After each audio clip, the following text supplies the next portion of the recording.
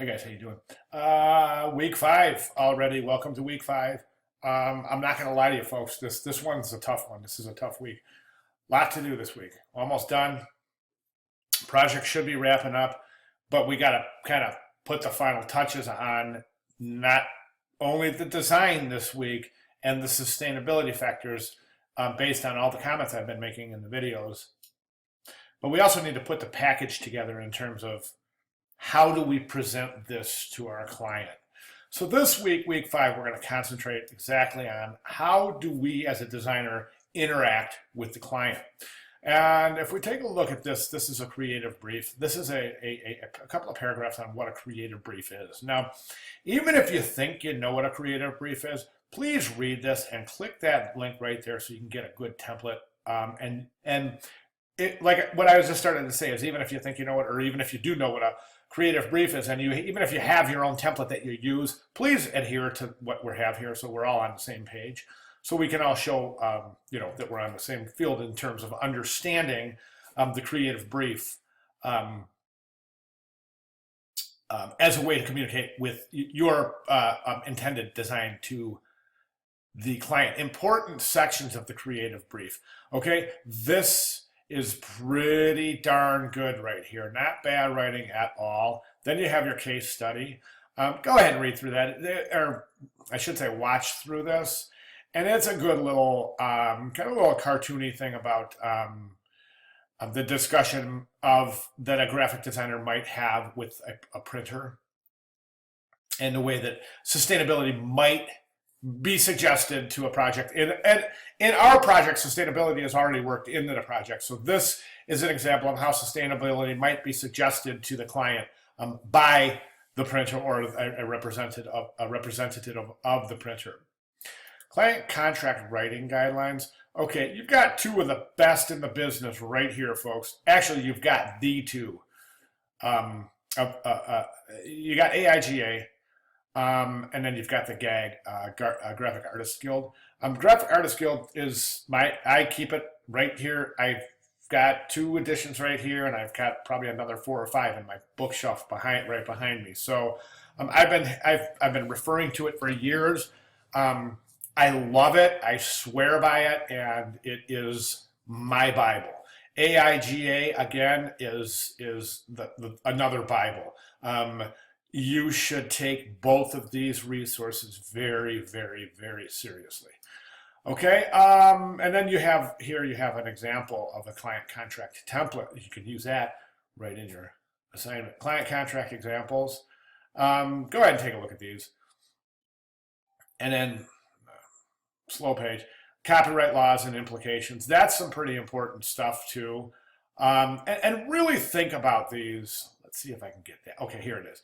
So here's just a little interactive, kind of a cute way to think about, these different elements as they're reflected client contract.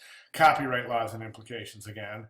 And then copyright laws scenarios. And the reason you're looking through this is to determine what parts, if any, or all, that need to be considered in terms of protecting contractually in your design, okay? Then you have your week 5 summary, and in assignment 1 for week 5, you're going to create a client contract. Please read the book. Please read the course materials. It's all right in here, folks. This one's black and white. It's 2 + 2 = 4. You've got the stuff in front of you. If 2 + 2 doesn't equal 4, I got no choice but to reflect that in the grading. So please adhere to your course resources when writing the client contract.